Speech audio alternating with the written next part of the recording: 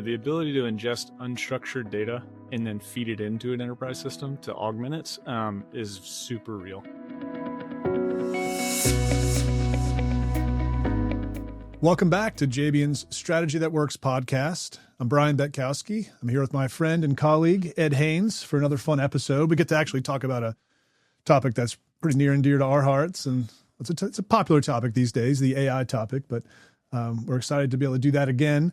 We've got a really fun guest, and what we're going to talk about today is things are moving at warp speed in the AI world, technology-wise. No technology in the past has evolved as fast as AI is evolving. Yet there's this interesting thing going on where arguably in many companies, the adoption is not as fast as the technology is moving forward. And there's plenty of good reasons for that, but it's an interesting phenomena. And basically that's what we're going to talk about today. Exactly right. And I've got some stats as well. Perhaps Give them to me.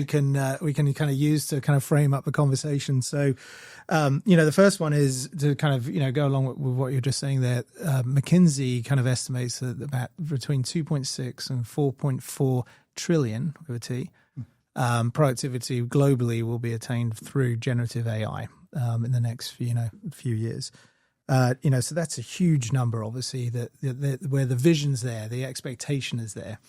And then you have, also reports that come out that basically say, look, 20 to 30% of companies are really seeing some sort of benefit, not the whole benefit, but some sort of benefit from using generative AI. And that number's kind of up a bit from, say, a few months ago, where there was a sort of infamous or famous report from MIT where they talked about 95% weren't seeing things. I think honestly that number's probably a little bit bigger because that's, you're not always necessarily getting the whole kind of breadth of everyone who's actually seeing all the different value pieces. But generally speaking, they're not getting. It doesn't feel like that's on that trajectory for that trillion plus number. That McKinsey pointed out, and then when you look at look at who's actually doing it. So that's the value you get, but then who's actually doing it. 75% of enterprise, this is from a Gartner report, 75% of enterprises are actually, trying something. So there's 25% out there who aren't really doing much at all. And then there's 75%. So of that 75%, 20 to 30% kind of seeing some sort of value from it. And really, I mean, what that really says to us is the capabilities there and the capabilities understood, but the idea of how you match that up with actually really starting to see the value is not quite there yet. Yeah.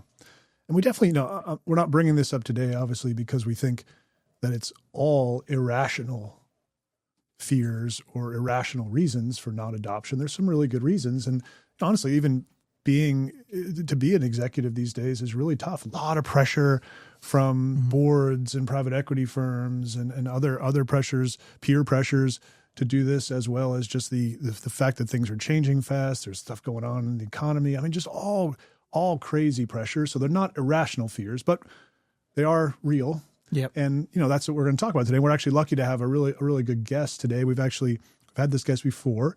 It's Will Funderburg, who runs our Charlotte office, also is our lead of our operational excellence service area, as well as our optic offering.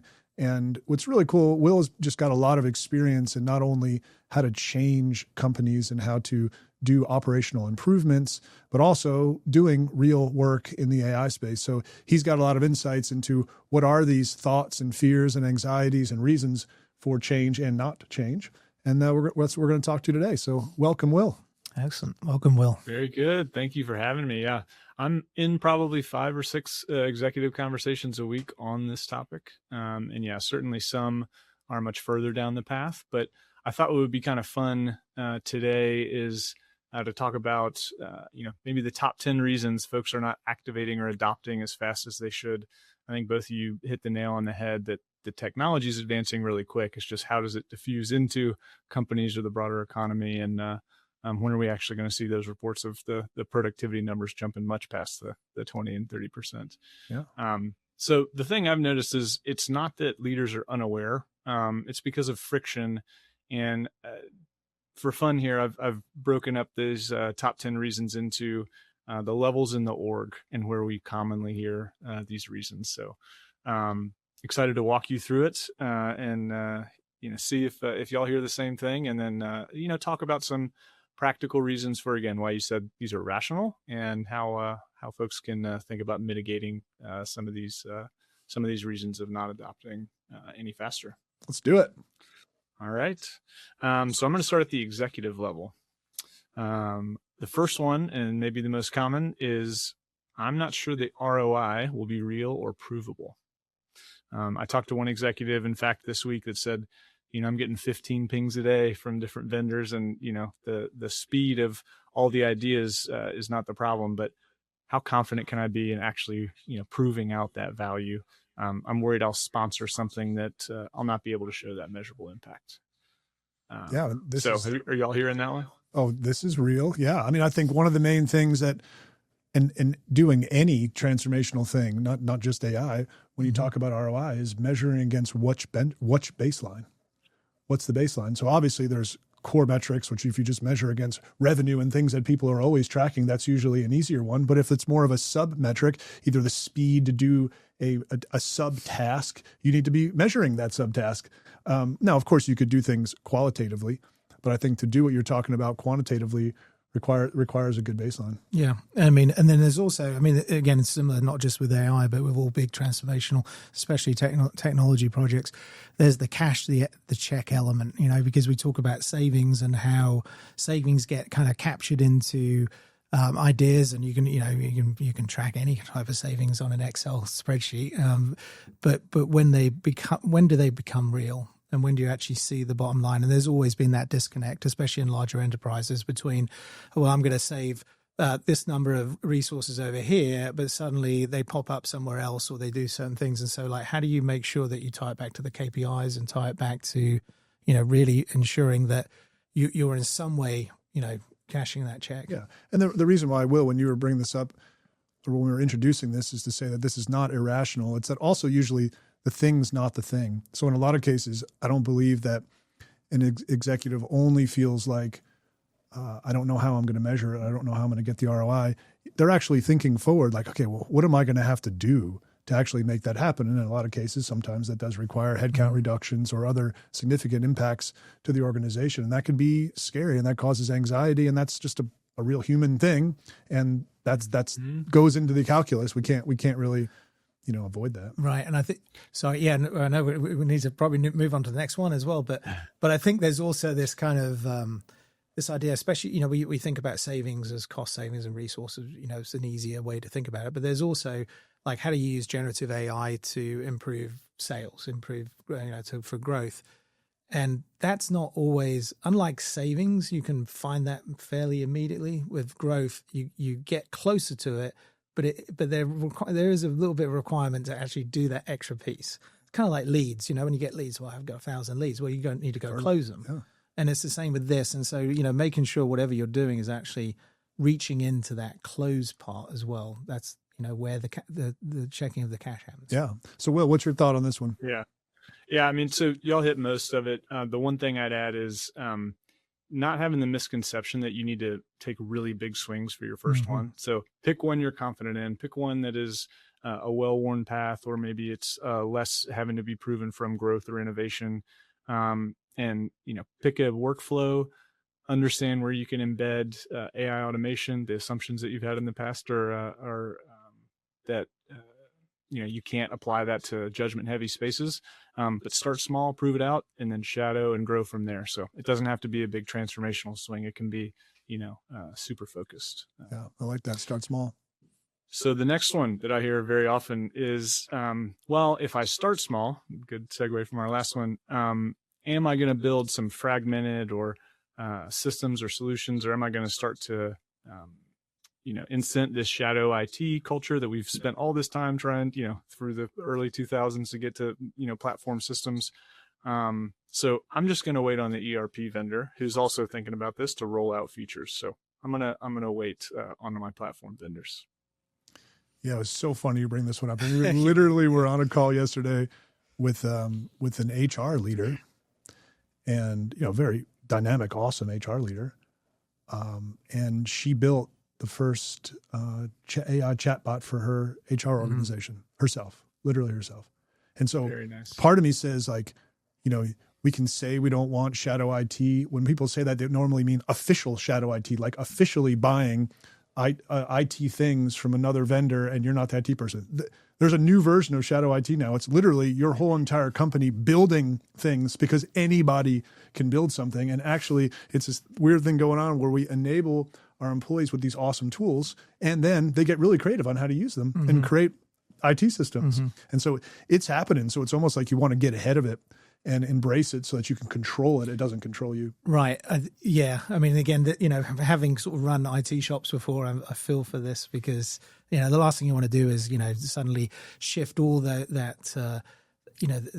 things that need to be done in the business over to IT. That's sometimes how it feels. It's like, oh, we're going to have these agents, and so we don't have to do as much in, pick the department. And now suddenly you got more to do in the IT group. And so, it is real. But at the same time, it's like, well, is Excel shadow IT? I mean, I know that's probably a little bit extreme, but it starts to get that way. Whereas if you can put the tools into hands and trust people to do the things in the right way, then yes. But if you're starting to buy in different tools, and then suddenly you've got all these different things that you need to manage, I think that's the different situation. What do you think, Will? Very good. Yeah. The only thing I'd add to that one is the ability to ingest unstructured data and then feed it into an enterprise system to augment it is super real.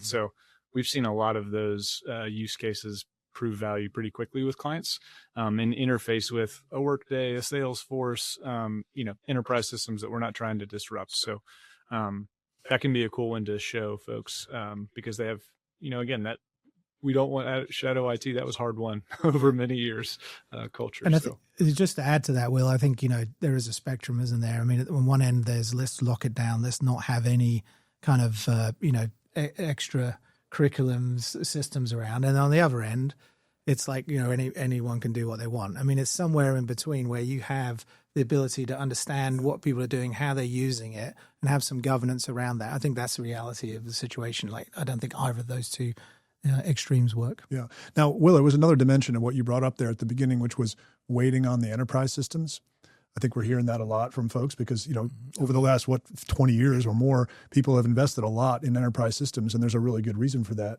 However, it takes longer for enterprise systems to, turn the ship and to create, real, meaningful, embedded functionality. And with the world moving so fast, this is the dilemma that every executive has is, I know I'm pulled one way by wanting to use enterprise systems and not have shadow IT. I'm pulled the other way by my board and my peers and my competitors and everybody telling me I need to move faster. And then I'm frozen. And I think that's what we're seeing, but it's real. This is a real problem. Yeah, and a lot of these enterprise systems become platforms, and suddenly you actually create a little bit of shadow IT on a platform if you're not careful too. So there's layers of complexity to this.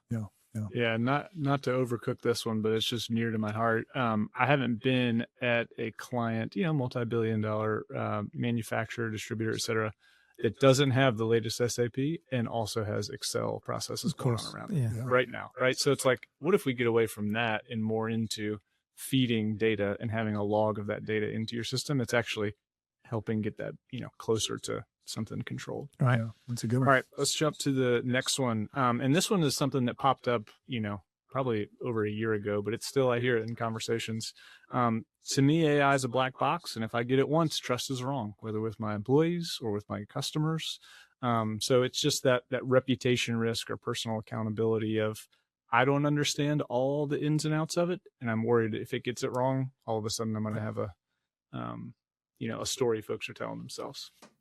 Take a stab at this one. I had this situation last week with a customer, and they were basically using their knowledge of ChatGPT or Claude, on the app and using it like everybody else uses it as a way to understand what it could do.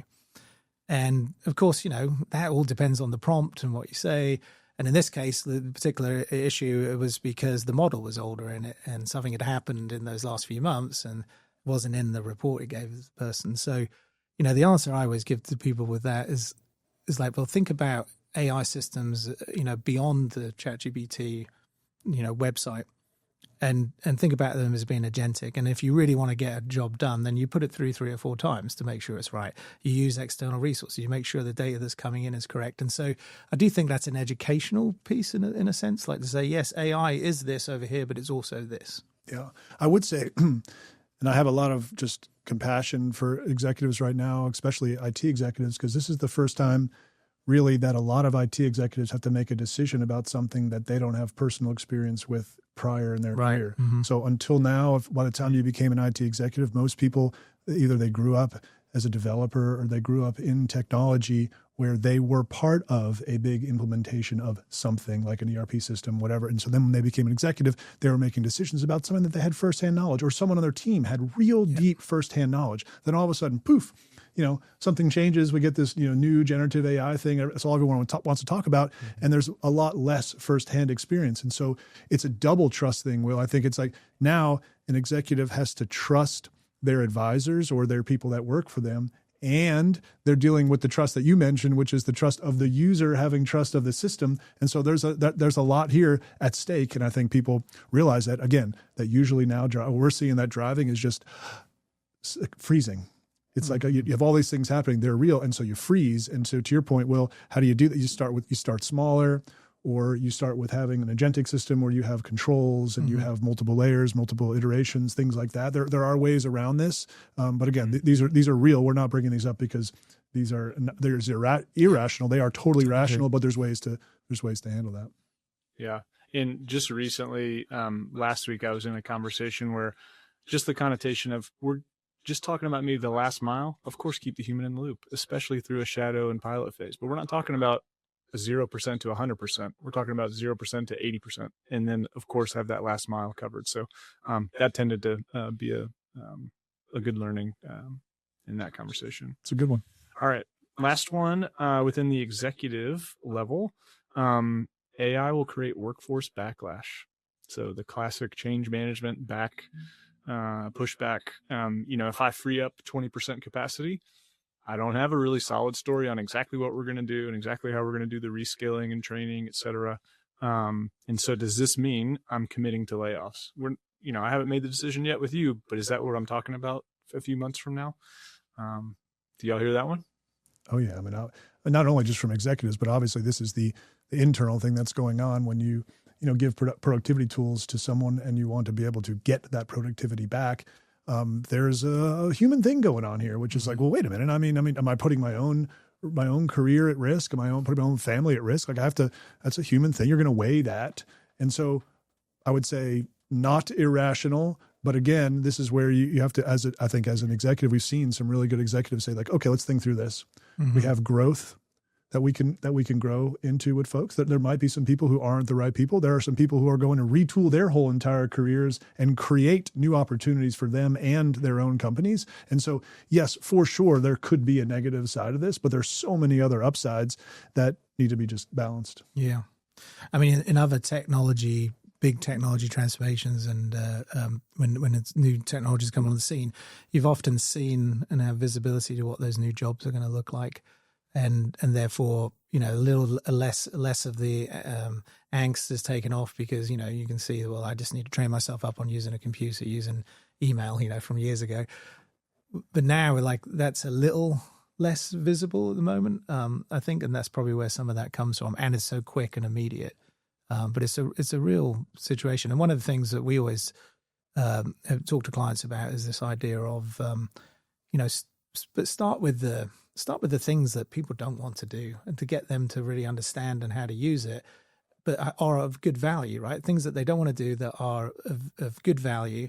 And then the things they do want to do and are more fun in their work, the reason why they turn up to work and have high value, then use AI to make them do even more of that. And that's actually where the productivity comes from.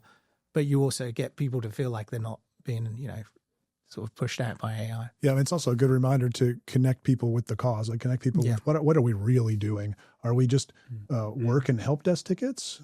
You could look at it that way, or are we really enabling our customers to be more successful in their own businesses? And that's just one example. But I mean, connecting to the cause, I think, gets people remotivated on like, well, what are we actually doing, and why are we trying to be more effective? And if our firm doesn't get more effective, our firm is going to be passed up by a competitor. I don't mean our firm, JB, but just a general company. Yeah. If you don't get effective, you're going to be passed up, and that's going to affect everybody in the company. Mm-hmm. And so it's for your own personal benefit to be able to stay on the right side of the curve, and it's in the best interest of your company. right? What about you, Yeah. Will?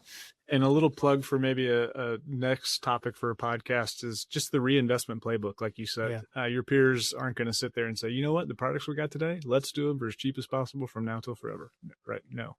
So investing in how to have quicker releases of products and serve more customers, take the white glove level of service that you provide now to your top tier customers and drag that down all the way through the other tiers of your customer set. So having a really good idea around that reinvestment playbook is something we can talk about on the next one, but we're spending a lot of time thinking about that now. All right. So moving into the middle manager or the functional leader set of reasons that I hear pretty often. This all sounds great, but we don't have the data where it needs to be. So I don't know if investing in this right now, just, we have a data strategy project coming, and I just don't want y'all to get started and be held up by our data not being where it needs to be. Yeah. I mean, this is one of those. So true. It's in some ways it's so true. In some ways it's like, will it ever be? Yeah. I mean, will it ever be where you want it? Like that sounds so nice. Like, it'll just all be in order, and then we'll just be able to act on it. And then the next day it won't be, because things change. And so this is one of those cases you mentioned early, Will. You just got to break it down to the right size chunk to go after it, to say, like, what do I have that's good enough and balance good enough with speed. Yeah. And then it depends on what you're trying to do as well, right? I mean, because I think the old way of thinking about data was that, it needs to be in a relational database, or it needs to be connected and it's structured. And of course, you can have that's the beauty of AI, right? You can use a lot of this unstructured data, and maybe it's not quite right, but you could actually use AI to fix that, even in some circumstances, using, while you're trying to solve the problem you're trying to solve, in some ways. And so you don't necessarily need to get it all tightly wrapped up. You can actually pull it in, use AI in the moment, and then. Well, to your point, a lot of data gets sloppy or uncurated because there was no natural reason to curate it. Yeah. But if you create a reason to curate it, meaning a AI agent or an automation workflow is going to need that data, then all of a sudden when you start to use that data, you'll see it's not 100% wrong or 100% right. There are issues with the data. And as they come up, you fix the data and you continue to curate the data. And so you basically put in a process to curate the data because now it's needed, where it wasn't needed before, which is one of the reasons why it probably wasn't in good shape to start with. Right. And knowing how much wrong data you have is actually data in its own right, isn't it? Yeah. I mean, like you start there even. So yeah. What about you, Will? 2 points on this one. And again, not AI related, but every time I get into a data conversation like this, it's like, well, the lake of dirty data we have to fix. And it's like, well, why don't we start, like you said, Brian, with the factories that are feeding the lake, and let's work on that flow of, current transactions and fix those as we go. And then the second one is that sometimes I think between the lines, people see this as, we're going to look at this data and it's going to be individual evaluation. And instead, what we often say is, let's start at the value chain, just the highest level input, cycle time, output, and make it more about how efficient the function can be. So you don't have to have perfect data, but at the workflow level, I think is good enough to get started and say, hey, look, we made a real improvement here. I think also, like anything you do in life, you got to get started to gain a little confidence in making the bigger decisions. I mean, we just had, Will, you and I were actually just on a meeting today, and the irony of this meeting was 6 months ago, this was a company who was dipping their toe into this. And on today's meeting, they were saying things like, we should think bigger. We can totally automate this whole entire thing. Not the whole company, but this whole entire function. Yeah. And so that it just gives you confidence to start thinking like that. So to start small, to bite off a little piece of this thing, to go figure out what data you're going to make better, will give you the confidence that you can do it broadly. Yeah, it makes me think of, this is a few years back now, and I'm going to say it was the CEO of P&G, when one of the new ones came in, and he said, I want to put all the numbers up on a big screen in the boardroom. So every time we have a big leadership meeting, we've got all the numbers, all the brands up there. And someone said, we can't do that because it's not right. The data's not right. And he said, well, it will be if we put it up in the boardroom. And so I think it was P&G. I have to go back and check on that one. But it's so true. It's like, got to start somewhere. Yeah. Perhaps that's where you start. Yeah, that's a good one. Very good. All right. Well, this next one, and I think we can all relate to it, but we're too busy. This is going to add workload. My team's already stretched. I don't have the bandwidth to sponsor something like this. Yeah. I mean, again, one of those ones that's like, yeah, there's truth to that. Mm-hmm. And so this, I mean, I would say some ideas are obviously just about prioritization, like how important is this? I know when we work with clients to do this, it's not like we're in meetings with our clients 40 hours a week. In some cases, we're meeting a couple of hours a week and getting their like real SME information and then making a material progress behind the scenes on things and then getting back together to move it forward. So whether that's consulting, whether you use consulting or you use other groups inside of your own organization, it's saying like most likely a SME or a person executing the job does not need to go from a 40 to an 80-hour week. That's usually not the case. People usually overestimate the amount of time that they're going to need to invest in this. And so it's just a matter of prioritizing. I mean, classic management problem, been around for years. You could all, I mean, it's part of the world we live in, right? It's always going to be more stuff to do than you have time for. And so prioritization is where it plays. And I think it's really about framing the project in that case, because if I said, well, I don't have time to put AI in, is different to I don't have time to save $10 million off my operational expenses, right? And so you really got to think about like how you get to the project itself, not just the idea of what technology you're using. Yeah. What do you think? Yeah, I think things are advancing so quickly too that the pressure is high, right? So they're already busy on something else, maybe even some pilots in the personal productivity type of AI, like you said, a chat window or a co-pilot. And so they think another thing, it's going to take a ton of time. One of the ways we always try to address this is we call it automatic discovery. So being able to ingest hundreds of SOPs or procedures or messaging traffic within a chat window, of course, relevant to the business problem. But the point is, if we have a couple hour session to do the high level vanilla happy path of a business function, then we can start to get this unstructured data in between process mining or just generating process flows, that are inferred from the data. We can get really close, way better than we could a couple of years ago. So it doesn't have to be a weeks at a time, sets of sessions with people and taking them out of their job. So just, people's understanding of how we do discovery now. You made me think of one other thing, which is going back to what people's past experiences are with these big IT projects usually are around big enterprise systems. So that's hundreds of people, months of work, tons of consultants, all this documentation. And I think people just need to experience the new world, which isn't that. I mean, that's a pressure on our own industry, which is that we can do things that don't take a 12-week project with four consultants anymore, in a lot quicker. And I think that that's a good thing, and that trickles down to non-consulting companies too as well. But I think people are starting to realize, wow, you can do things a lot quicker with a lot less pain when you don't have to do the painful parts yourself, because that's the beauty of generative AI. Absolutely. All right, last one in the middle manager functional leader section. We've already tried automation, and frankly, it disappointed. I don't want another visible automation project that didn't deliver what it was supposed to under my purview. Yeah. Again, the truth. It's just some truth in these. The word automation's been around for a long time. Well, right? Yeah, and that's one of the questions, right? Well, when did you try it? I mean, people say, well, about 6 or 7 years ago. So, well, maybe you should try it again. Go ahead, yeah. I think that, the idea of like, any kind of project, any kind of innovation, if you've got the idea and you've got the concept and conceptually it could work, you got to look at why it fails. And it often fails because maybe it wasn't designed in the right way. Maybe there wasn't enough adoption.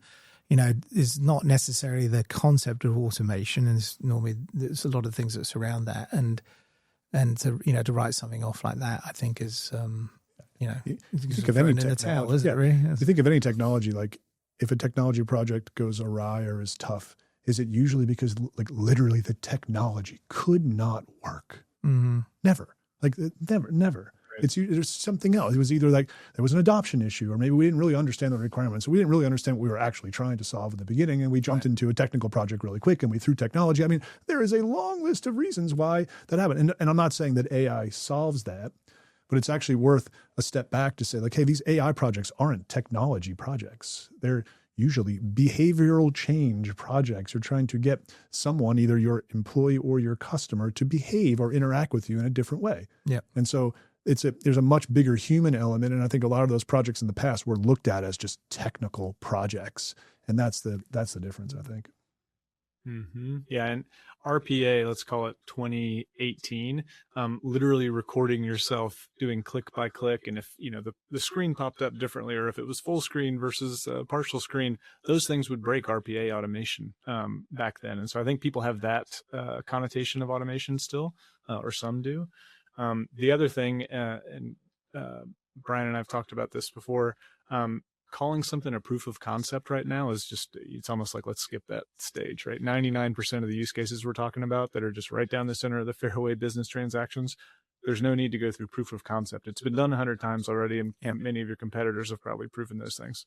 It's the prototype part. Let's talk about your scenarios and get really tight on every scenario that we're going to address to raise the probability of it being successful. You're bringing up a huge point, which is that the original RPA concept was to literally take the exact steps that a human was doing, down to the clicks in a lot of cases, right, and replicate those with a machine. And there are still really good uses for that. But I think if people, to your point, if people had that as like, oh, that's what you mean? Oh, man, that was brutal. Well, yeah, it was brutal. But that's not what it necessarily means in today's world. And so I think that there's a lot of opportunity to just rethink and maybe use different words. Sometimes it's semantics, to just use different words and frame it in a different way, because that's not those barriers aren't what exists today. Yeah. Yeah. I mean, the thing that comes to mind for me, because we went to CES earlier in the year, and we saw a lot of robots, humanoid robots, lots of robots jumping up and down and dancing.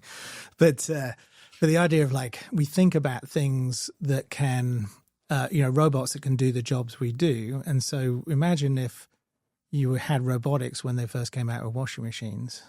You would say, yeah, I need a robot that can stand at the sink and clean these clothes. But actually the solution was to have a cylinder that turns around and looks nothing like a human. Yeah, and I think that's very in a way that a human can do. Yeah, exactly. And it's similar kind of thinking around some of these, like RPA was the robot standing at the sink. Yeah. In this case, it's like, no, actually AI is the washing machine that turns around and does it in a different way.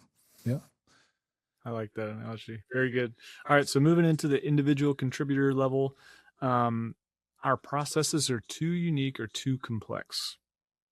And I'm going to jump in with, I think what's behind this one is my specific expertise or experience going to be less central? Or does that change my value?